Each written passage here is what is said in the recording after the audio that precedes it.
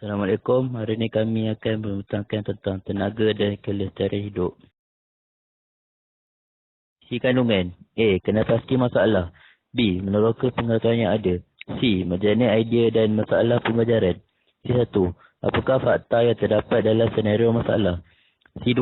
Apakah idea dan andaian anda mengenai fakta yang dikenal pasti? C3. Apakah masalah atau persoalan pembelajaran yang perlu ditemukan untuk menjadi penyelesaian masalah? C4. Apakah rancangan tindakan anda untuk mengatasi masalah pembelajaran? D. Pembelajaran situasi dan aplikasikan diri. E. Refleksi dan maklum balas. F. Amalan yang menjimatkan tenaga elektrik. A. Kena pasti masalah. 1. Mereka bertengkar tentang bayaran bil elektrik dan kos penggunaan alatan elektrik pada bulan ini. 2. Kuantiti bil semakin meningkat. 3. Siapakah harus membayar lebih? B. Meneroka pengetahuan yang ada. 1. Rumus mencari kos penggunaan elektrik. 2. Tenaga elektrik yang digunakan kilowatt sama dengan kuasa kilowatt kali masa per jam. 3. Membuat andaian tempoh masa penggunaan alatan.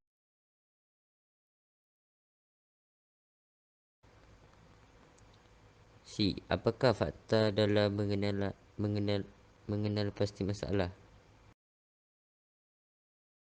Raya selama sejam setiap hari pada bulan itu. Yang kedua, lupa menutup televisyen pada waktu malam dan hanya berlaku sekali dalam sebulan. Yang ketiga, mandi menggunakan water heater selama 10 minit. Miss Fizik mandi menggunakan water heater selama 20 minit kerana dalam penyataan mengatakan dia mandi 2 kali lebih lama daripada Miss Longhair.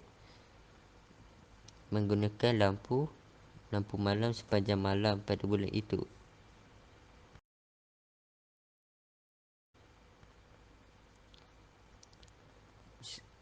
Soalan seterusnya, andaian Miss Longhair menggunakan hairdryer 2 kW selama sejam setiap hari pada bulan itu. Lupa menutup televisyen 124 watt pada waktu malam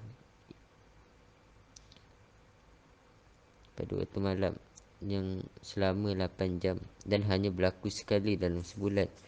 Mandi menggunakan water heater 3.6 kW selama 10 minit. Miss Fizik mandi menggunakan water heater 3.6 kW selama 20 minit yang berlaku 2 kali sehari. Menggunakan lampu malam 128 watt sepanjang malam selama 8 jam pada bulan itu. Soalan seterusnya, masalah atau persoalan pembelajaran yang dikemukakan dalam mencari penyelesaian masalah ini. Soalan yang pertama, berapakah kos penggunaan elektrik yang telah mereka gunakan? Yang kedua, berapa tempoh masa penggunaan alat elektronik yang telah digunakan mereka selama sebulan? Yang ketiga, bagaimanakah cara kira kos penggunaan elektrik?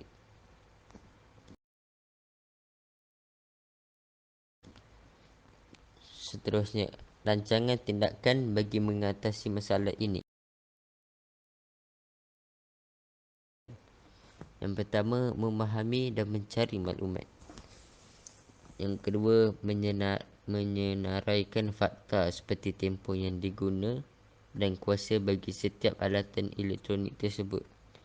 Yang ketiga, membuat andaian terhadap tempoh penggunaan alatan elektronik tersebut. Dan yang keempat, menggunakan kos penggunaan elektrik menggunakan rumus bagi setiap alatan elektronik.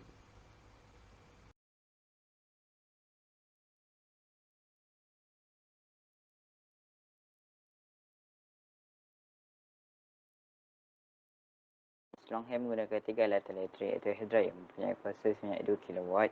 Masa yang digunakannya selama sebulan ialah 30 jam. Yang kedua, televisyen mempunyai kuasa sebanyak 0.124 kW. Masa yang digunakannya selama sebulan itu ialah 8 jam. Yang ketiga, water heater mempunyai kuasa sebanyak 3.6 kW. Masa yang digunakannya selama sebulan ialah 5 jam. Fotosintesis. Bagi setiap penggunaan tenaga elektrik, yang pertama hair dryer mendapat 60 kW per jam. Television 0.992 kW per jam. Water heater mendapat 18 kW per jam. Jumlah penggunaan tenaga elektrik bagi 3 alatan elektrik itu yang mendapat 78.992 kW per jam.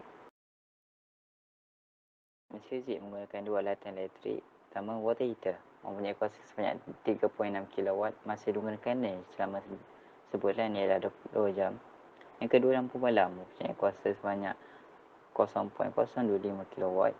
Masa digunakannya selama sebulan itu 240 jam. Yang kedua, penggunaan tenaga elektrik bagi setiap alat elektrik. Yang pertama, water heater 72 kW per jam. Yang kedua, lampu malam sebanyak 6 kW per jam. Jumlah penggunaan tenaga elektrik semua bagi dua alatan elektrik ialah 78 kW per jam.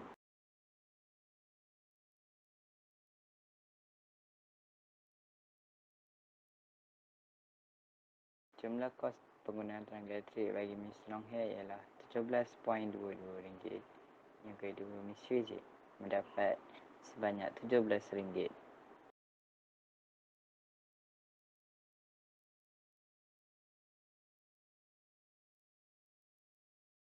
Kesimpulan yang kami dapat dari mengerjakan tugasan ini ialah tenaga elektrik mempengaruhi kos pembayaran TNB.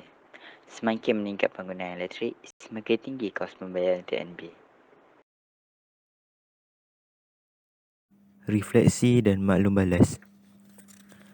Tugasan sains pada kali ini kami dapat memahami dan mendalami ilmu baru dan bekerjasama dalam mengatasi masalah ini. Kami dapat mengetahui jumlah penggunaan setiap alatan elektrik.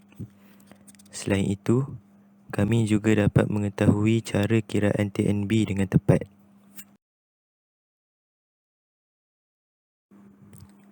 Amalan menjimatkan kegunaan elektrik.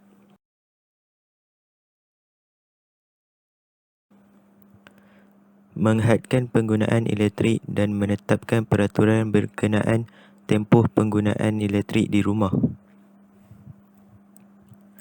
Tutup suis dan cabut palang pada soket bagi mengelakkan pembaziran dan pengaliran elektrik yang tidak digunakan. Mandi menggunakan air sejuk dapat mengelakkan pembaziran elektrik. Dalam masa yang sama dapat membakar lemak badan ketika mandi. Menutup pintu dan lansir dapat mengurangkan haba memasuki ke dalam rumah.